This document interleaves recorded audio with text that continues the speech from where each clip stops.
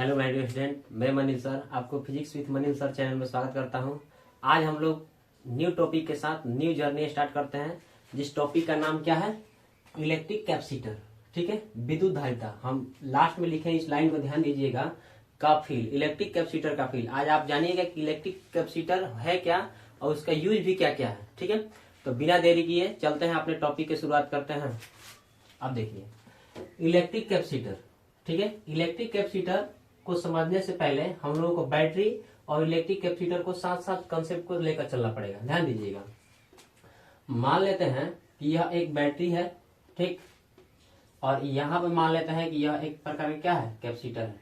ठीक है, अच्छा कैपेसिटर आप लोग नॉर्मल समझ सकते हैं कैपेसिटर क्या होता है, तो हम नॉर्मल अभी बता देते हैं कि कैपेसिटर जो होता है, जैसे में आप देख सकते हैं कि पंखे में लगता है, वो पंखा में ही कैपेसिटर, जिसे आप कंडेंसर भी बोलते हैं। ठीक है, आप ध्यान दीजिए, बैटरी जो होती है ये क्या होती है, स्लोली स्लोली चार्ज होती है। ठीक है, बैटरी क्या होती है, स्लोली चार्ज होती है, और स्लोली ही क्या होती है, डिस्चार्ज होती है।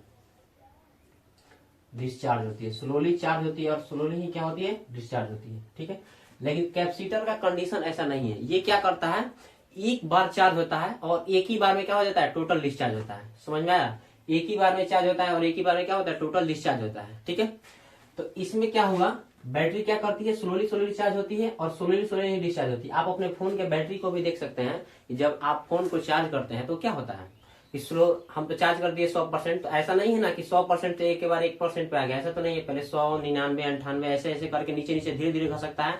लेकिन कैपेसिटर के कंडीशन में ऐसा नहीं है। अगर ऐसा कंडीशन रहता तो लाइट चले जाने के बाद भी आपका कैपेसिटर चल रहा, पंखा चलना चाहिए, है कि नहीं? क्योंकि पंखा कंडेंसर से ही चल रहा है। बैटरी का कंडीशन इसमें फॉलो नहीं होता है। ठीक है, दोनों एक प्रकार का ही चार्ज कर रहे हैं, एक प्रकार का ये क्या कर रहे हैं, चार्ज ही हो रहे हैं। लेकिन इसमें और इसमें जमीन आसमान का फर्क है। एक तो फर्क ये समझ में आ रहा है, ये क्या करता है, तुरंत चार्ज होता है और अपनी टोटल एनर्जी को पूरा का पूरा 100% किसी भी यंत्र के साथ अगर जुड़ा हो तो उसमें लगा देते हैं। लेकिन बैटरी क्या करती है, तो स्लोली स्लोली चार्ज होती है और स्लोली स्लोली क्या होती है, डिस्चार्ज होती है। दोनों में अंतर समझ में आया? तो हम कैपेसिटर के बारे में हम थोड़ा सा लिखना चाहेंगे बोर्ड पर, ध्यान दीजिएगा। इसे मिटा देते हैं।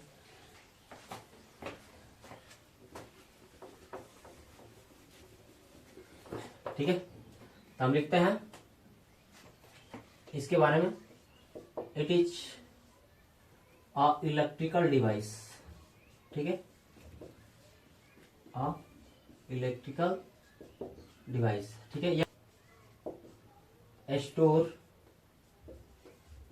विच स्टोर अ इलेक्ट्रिकल एनर्जी, या क्या कर सकते हैं, इलेक्ट्रिकल चार्ज। इलेक्ट्रिकल चार्ज ये क्या करता है, या तो इलेक्ट्रिकल एनर्जी को स्टोर करता है या इलेक्ट्रिकल चार्ज को स्टोर करता है। समझ में आया? इतना बात तो समझिए। अब क्या करता है, विद्युत धारिता, और इसका आपको यूज जो देखने को मिलेगा, कहाँ कहाँ पे इसका यूज होता है। ठीक है, तो घरों के फैन में, ठीक, फिर मोटर में आपको देखने को मिलेगा। ठीक, और एक जगह आपको देखने को मिलेगा, ठीक है, आप जैसे फोटो खिंचवाने के लिए जाते हैं तो उसमें जो कैमरा का जो फ्लैश लाइट होता है वो बहुत तेजी से जलता है। तो वो जो फ्लैश लाइट को जलाने के लिए किसका यूज किया गया था, कैपेसिटर। बैटरी की उतनी क्षमता नहीं होती है कि वो उसको जला दे, ठीक है ना, बैटरी की क्षमता नहीं होती है उसको जला दे, इसलिए उसमें कैपेसिटर होता है जो चार्ज होता है तुरंत इतना मतलब प्रकाश को देता है। ठीक है, तो हम उसको क्या क्या कह सकते हैं, फ्लैश कैमरा कह सकते हैं। ठीक है, तो फ्लैश कैमरा में इसका यूज होता है। ठीक है ना, अब देखिए बैटरी जो होती है, बैटरी लगभग कितना, 1 एम्पियर से 2 एम्पियर की होती है, 1 से 2 एम्पियर ही होती है।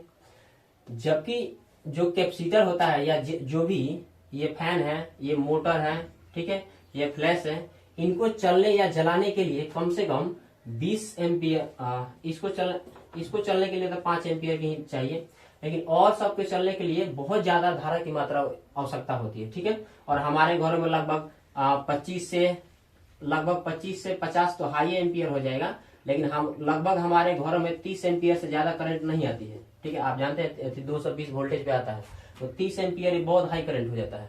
और इस फैन को चलाने के लिए 5 एम्पियर की धारा चाहिए, जबकि बैटरी लगभग 1 से 2, 3 एम्पियर ही दे पाती है, तो उसको कैसे चला पाएगी। ठीक है, अब देखिए तो इसी चीज को चलाने के लिए, किसी भी चीज को चलाने के लिए पहले क्या करना पड़ता है, हमको बाहरी से बहुत ज्यादा फोर्स लगाना पड़ेगा, लेकिन जब वो चल पड़ेगी तो हमको चलाने की उतना जरूरत ही नहीं पड़ेगी, है कि नहीं। जैसे मान लेते हैं कि गाड़ी ही है या कोई चीज को हमको धक्का ही देना है तो पहले बहुत ज्यादा बल लगाना पड़ता है कि नहीं, बहुत ज्यादा बल लगाना पड़ता है। लेकिन वो जब डगरना या चलना चालू कर देती है तो उस पर बल नहीं लगाना पड़ता है, उतना ज्यादा नहीं होता है। तो वैसे ही कंडेंसर का कंडीशन होता है। पंखा को चलाने के लिए काफी ज्यादा मात्रा में इलेक्ट्रिकल एनर्जी की जरूरत होती है उसके मोटर को घुमाने के लिए। तो वो मोटर घुमाने के लिए किसी बैटरी की बस की बात नहीं है, ठीक है। इसलिए कंडेंसर को रखा जाता है और कंडेंसर टोटल चार्ज होकर अपने पूरा फोर्स उस पर क्या कर देता है, लगा देता है मोटर पे, तो मोटर घूमना भी स्टार्ट कर देता है, ठीक है। ये समझ में आया।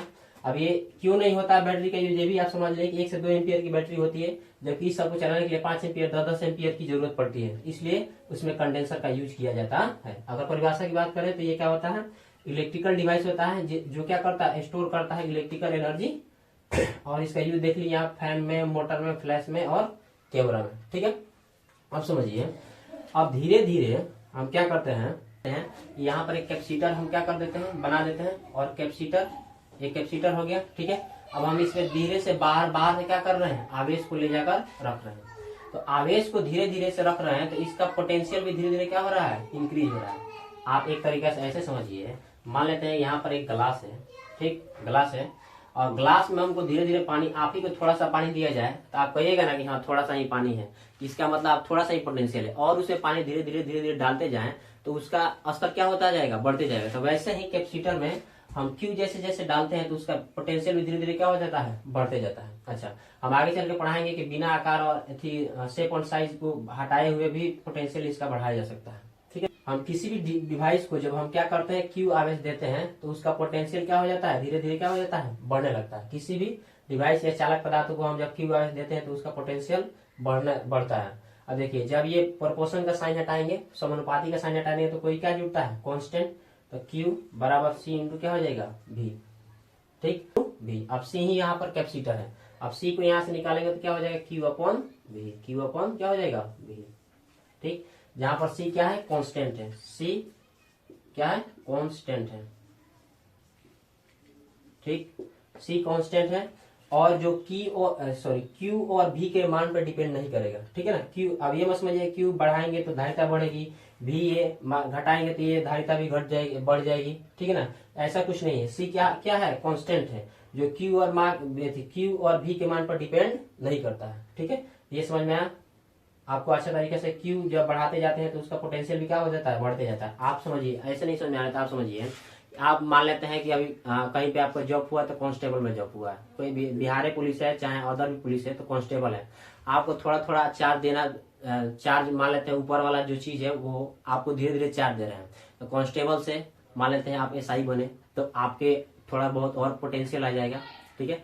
अब SI से मान लेते हैं कि और SP DSP और बनिएगा तो आपका पोटेंशियल क्या हो जाएगा, हाई होते जाएगा। आपका सूट बूट सलवार नहीं, सूट बूट क्या होता जाएगा, आपका लुक भी चेंज होता जाएगा, यानी कि आपका पोटेंशियल क्या हो जाता जाएगा, हाई होते जाएगा। तो वैसे ही हम धीरे धीरे चार्ज बढ़ाते, किसी भी चालक को धीरे धीरे चार्ज देते हैं तो उसका पोटेंशियल धीरे धीरे क्या हो जाता है, बढ़ते जाता है। जब समानुपाती और व्युत्क्रमानुपाती की श्रेणी जाते हैं तो क्या मिलता है, कोई कांस्टेंट। C ही क्या है, कांस्टेंट है, और कांस्टेंट इसी का नाम क्या है, कैपेसिटर, इसी का नाम क्या है, कैपेसिटर, ठीक है। अब देखिए C कांस्टेंट है, जो ये माध्यम पर डिपेंड करता है, जैसे कि माध्यम पर कह सकते हैं, और शेप एंड साइज पर, जो चालक पदार्थ हम ले रहे हैं जिसे हम बना रहे हैं उसका शेप और साइज और उसमें जो मीडियम डाल रहे हैं उस पर डिपेंड करता है, ठीक है ना। जैसे कि आप उसको फोड़ कर देखिएगा तो उसमें जो निकलता है वो अबरक अबरक जो निकलता है, तो किस क्वालिटी की आप डालिएगा तो बहुत अच्छा में होगा, ठीक है ना। तो वही उसका मीडियम होता है। इतना बात समझ में आया, इसका स्क्रीनशॉट ले लीजिए, इसको इरेज करते हैं।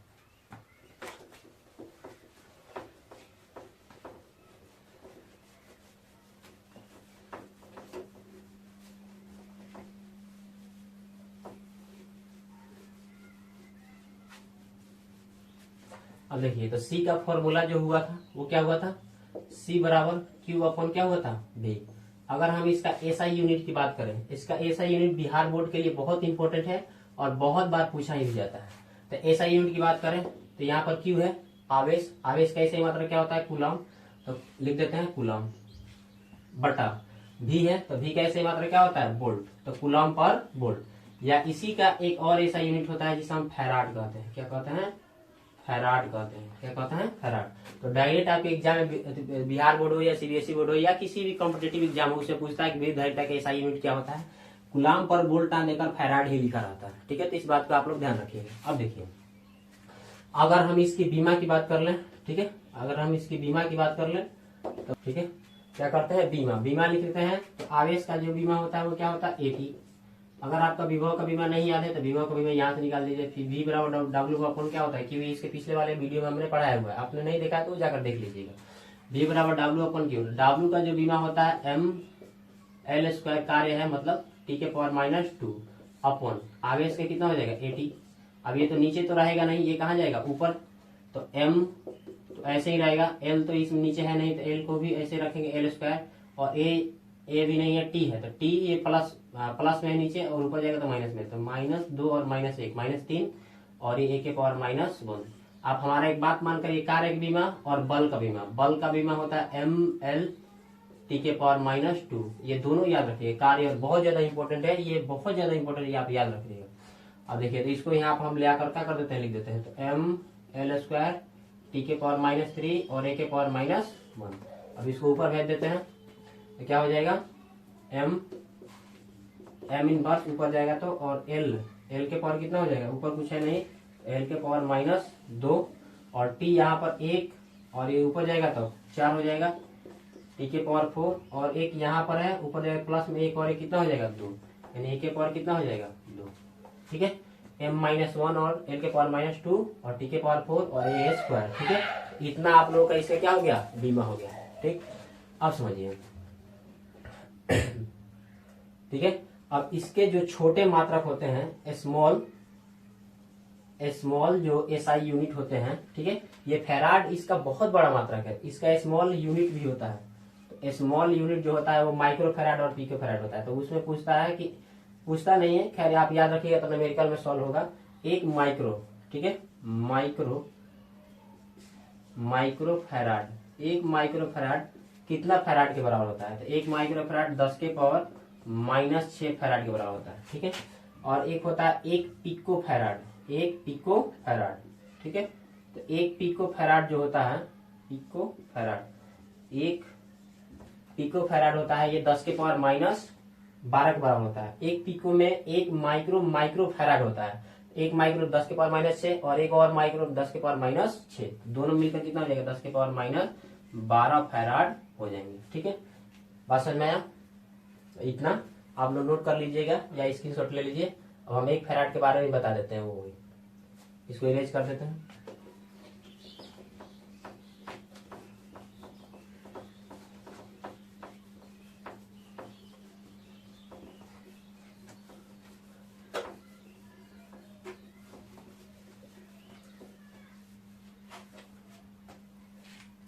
देखिए, एक फैराड आपके एग्जाम में पूछता है कि एक फैराड क्या है। ठीक है, तो किसी चालक को 1 कूलम आवेश देने पर यदि उसका पोटेंशियल में 1 वोल्ट का वृद्धि हो जाए तो उसे ही कहते हैं 1 फैराड कहते हैं। ठीक है ना, जैसे मान लेते हैं, परिभाषा हम लिख देते हैं बाद में, इसको समझिए।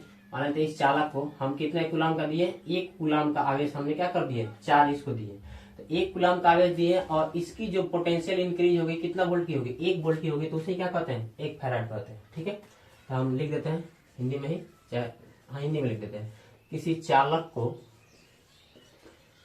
1 कूलम आवेश, ठीक है, आवेश देने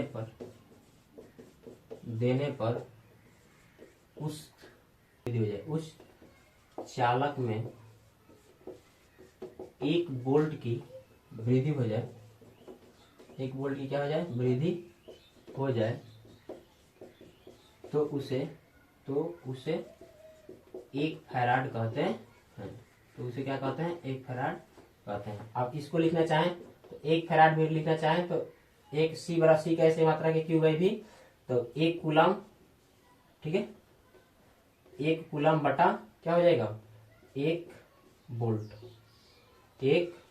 ठीक है, आपके बिहार बोर्ड के एग्जाम पूछता है कि 1 फैराड बराबर, तो इसको ऐसे लिख देता है, 1 फैराड बराबर देखिएगा तो हो जाएगा 1 और कूलम, और ये पर वोल्ट ऊपर जाएगा, किसमें हो जाएगा, माइनस में, 1 कूलम पर वोल्ट ऐसे होता है।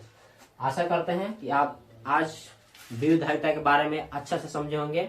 और भी अगर आप चाहते हैं कि इसी प्रकार का हम आपके लिए मेहनत करते रहें तो आपसे एक रिक्वेस्ट है कि हमारे वीडियो को सब्सक्राइब और लाइक और अन्य लोगों के पास शेयर करें जरूर, अगर लगता है कि हाँ हम आपके लिए मेहनत कर रहे हैं तो। नहीं तो कोई बात नहीं। जय हिंद, जय भारत।